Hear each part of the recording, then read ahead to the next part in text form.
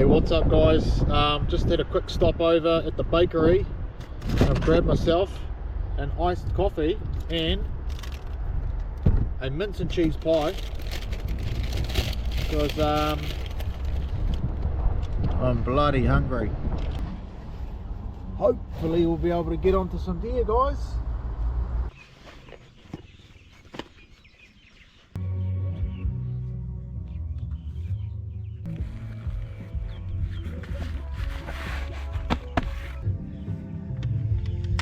Guy off the end. Make sure you put these little thread caps somewhere that you can find them easily.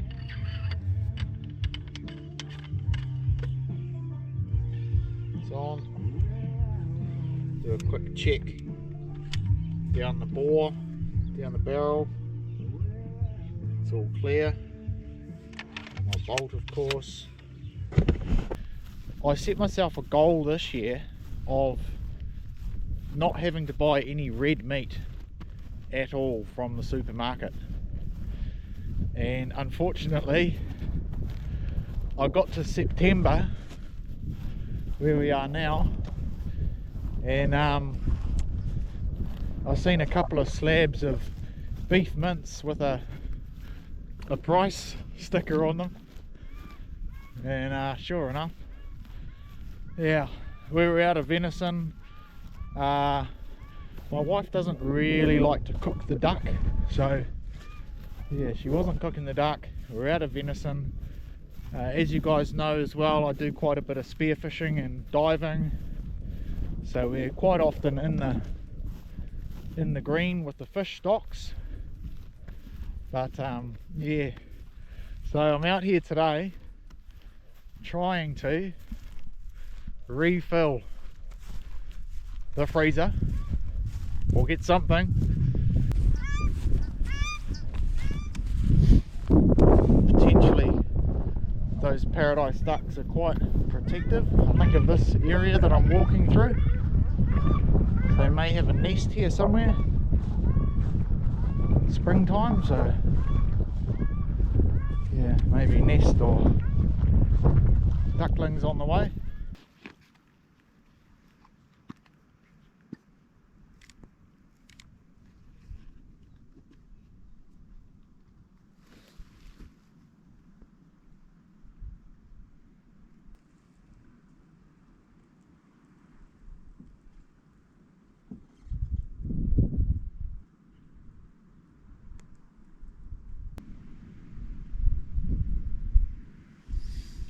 I can't see anything yet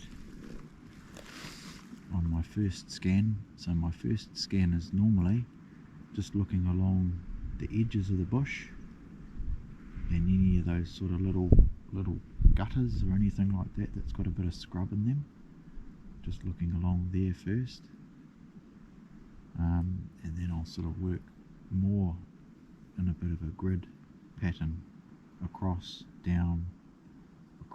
down, that type of format. And when you're glassing, you can use your knee to put your elbow on the knee, and that helps you to keep your glass more stable, and it saves your shoulders and arms from getting tired as well. So it's ideal to get set up in a nice spot where you can get a knee up and glass from there. If you've got a steep bank behind you as well, you can also just lean into that. That can help. But yeah, we've still got probably an hour of light until it starts to get a bit dusky, and then we'll be in the business, hopefully. I'm not too sure. Got to be out here to get onto them. So the wind is a bit swirly, but it's generally pushing in towards me. Well, it was before. Now it's coming across this way. So if I'm hunting or I'm shooting out across to the other side of the valley there, and a shot from here is about 300 metres, 300 to 350. It's quite hard sometimes to predict what the wind is going to be between here and there.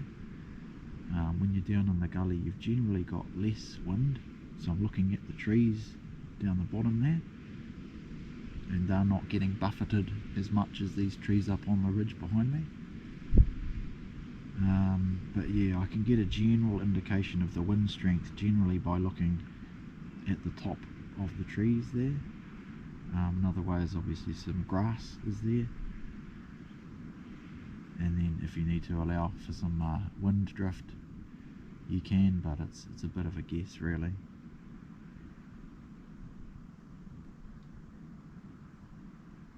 Anyway, keep on going, we'll see what happens. So yeah, getting a vantage point is imperative, so you want to be able to see as much as you can, so you're not just limited to one little area.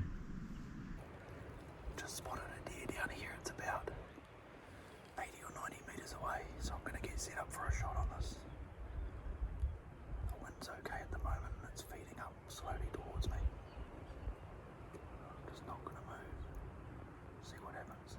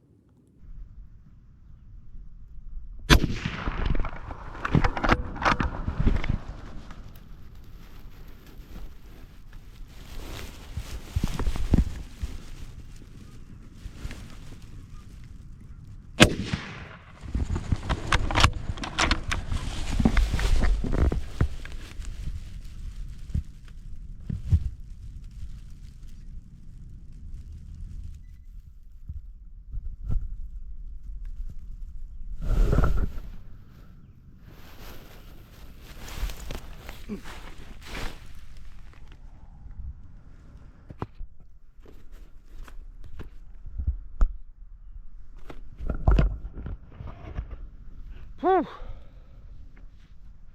Well, definitely dropped one. I can see it's dead there. Had a shot at the other one too. It was bouncing around all over the place, so I don't know, I can't see it, but maybe it's just down and behind one of these trees. Whew. Oh well, we've got Vinny, we got one down, so we on. Bloody good. Oh yes, stoked. My stakeout has paid off. Yes. And yeah, I was trying to get some footage. Hopefully there's some footage there for you guys to see. And 5 minutes later, another one followed it up. So he came up behind it there. Ooh, it's one of those moments, you're like, oh man, did that shot connect or not?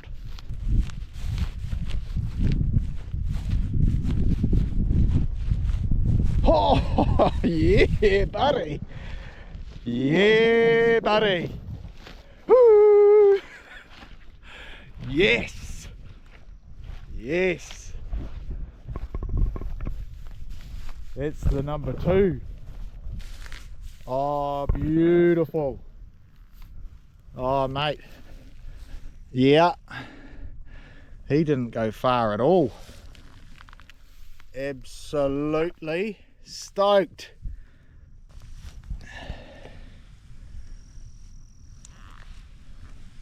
Oh, amazing. Amazing. That is going to be some incredible eating.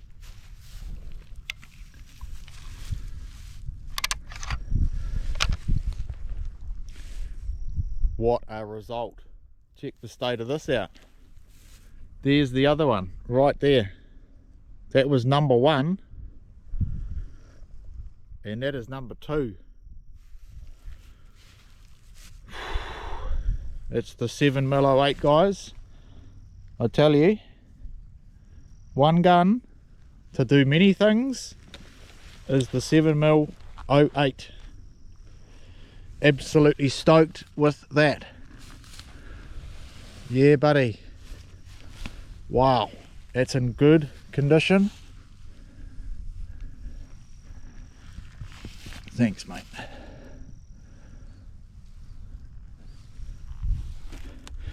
Here is the first deer that I shot. What have we got, eh? Yep. Got the pizzle, so who's eat, boy? Well, you never know these days, but spiker. Gonna be some good chewing. Amazing. Oh yes. What a result. Far out. I was not expecting to get 2, let alone 1.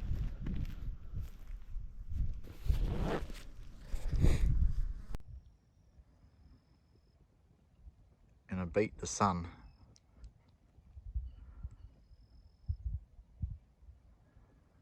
Two beautiful spikers, fallow, and as they say, the real work begins now. I've got to pack them both out of here, so I'll get the butchery done on them.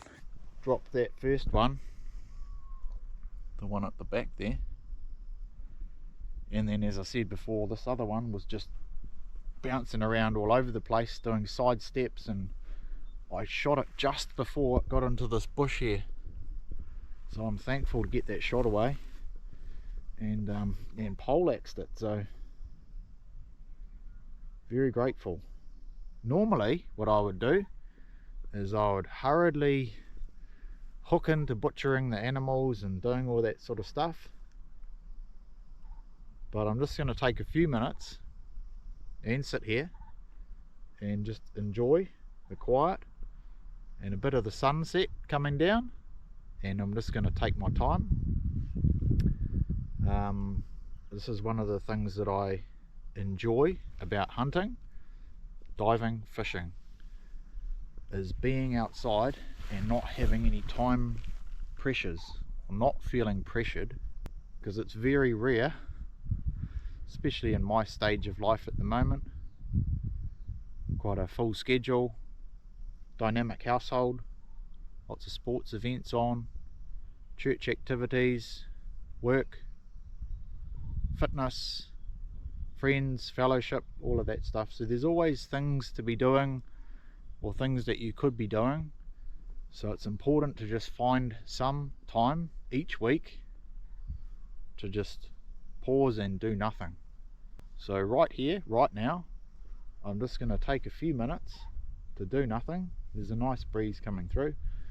It's not the middle of summer, so the deer are not going to cook on the hill here.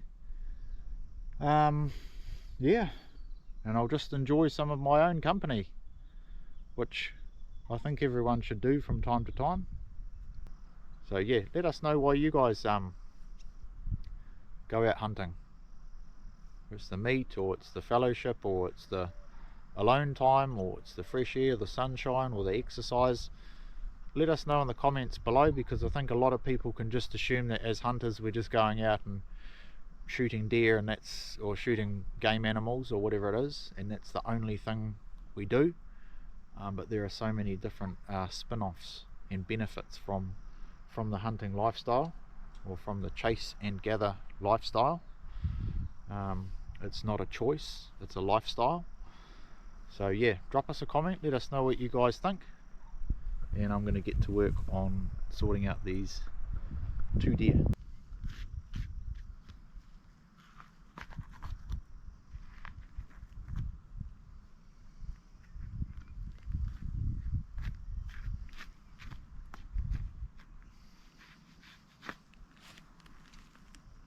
Victory knives, guys. This is the drop point knife. It's my go-to knife.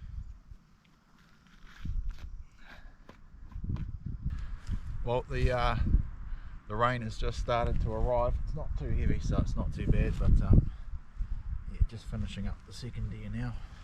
It's backpack o'clock. So this is number 1 of 2. So I'm packing out the whole animal. Get my camera work right pretty hard in the dark, but just making my way up this hill here. Yeah, you know when you know starting to lose some gravy, you've got to reposition the legs on these things from time to time. You start to dig in big time. Anyway, we've got probably another 10 minutes and then we're back at the road end. Far out the first deer, got that to a fence line. I have to go under the fence because the gate was jammed shut. So I had to go under the fence with the deer on my back. And I thought I was home and hosed. I went to stand up. Got a massive shock from the electric fence. There's one right there too. Yeah, that guy there. Oh, that's a fairly powerful fence, I can tell you.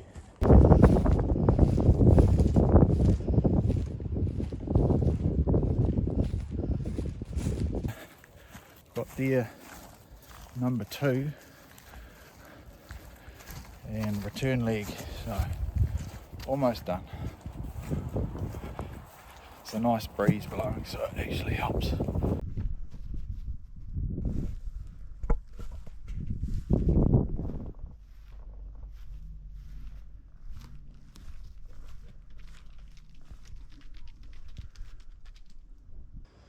Alright, well that is our end result, guys.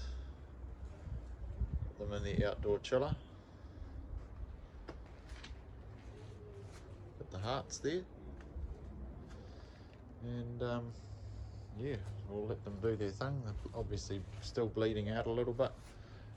What I've done is I've opened up the area along where the esophagus goes, so taking the esophagus out, so you've got a nice straight drain from the cavity down through in here. So yeah, pretty straightforward. So that's us. We'll let them hang for the night. It's nice and cool. It's about 8 degrees at the moment, so be ideal. So good to get some venison back in the freezer, guys. As I said, I was completely out. Now it's back on, so today is a bit of a processing day. It's going to let them hang here for a while because they're in the shade, so I'll get a few hours of shade time. It's only about 8 or 9 degrees at the moment, and then I'm going to skin them and process them. So typically for fallow, I'll normally use the shoulders for mince. I'll use the hindquarters for things like steaks or for sausages, and then I'll use the back steaks and the eye fillets for steaks. Yeah, very versatile and shooting them at this time of the year, springtime, they're going to be in very good condition. So